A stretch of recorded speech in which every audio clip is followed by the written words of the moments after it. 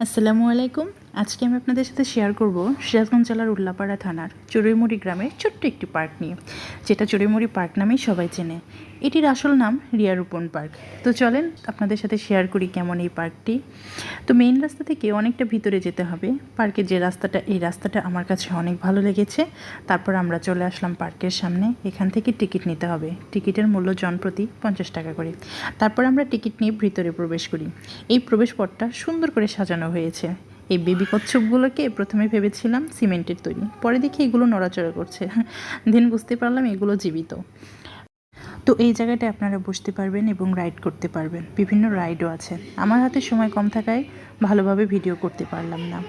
আপনারা যারা আসবেন তারা চেষ্টা করবেন 11টা থেকে 12টার মধ্যে আসতে, কারণ এই পার্কটি বিকাল 5টা পর্যন্ত খোলা থাকে।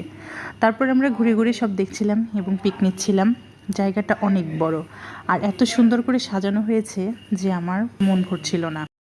সম্পূর্ণ পার্কটি ফুল গাছ এবং বিভিন্ন গাছ দিয়ে ঘেরা ছিল। তারপরে আমরা দেখতে পেলাম এই মিনি সংসদ ভবনটি। ওখান থেকে দেখতে পেলাম এই তাজমহল। সম্রাট শাহজাহানের তাজমহল দেখিনি তো কী হয়েছে। এই ছোট্ট তাজমহলটি দারুণ লেগেছে আমার। তাজমহলের পিছে এই বিশাল পুকুরটি ছিল।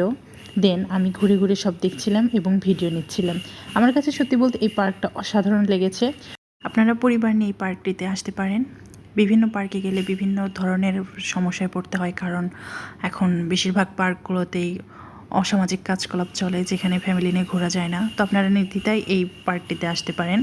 আমার কাছে সত্যি বলতে খুবই ভালো লেগেছে। তো আমার ফ্রেন্ডের সাথে একটি ভিডিও করি। ও দেখতে উপজাতির মতো হলেও আসলে বাঙালি। আপনারা যারা সিরাজগঞ্জ বা তার আশেপাশে থাকেন তারা অবশ্যই এই পার্কটিতে আসবেন। এক কথায় আমার কাছে অনেক ভালো লেগেছে। এরপর আবার অন্য কোনো স্থান নিয়ে কথা বলবো। ততদিন আপনারা সুস্থ থাকবেন, ভালো থাকবেন।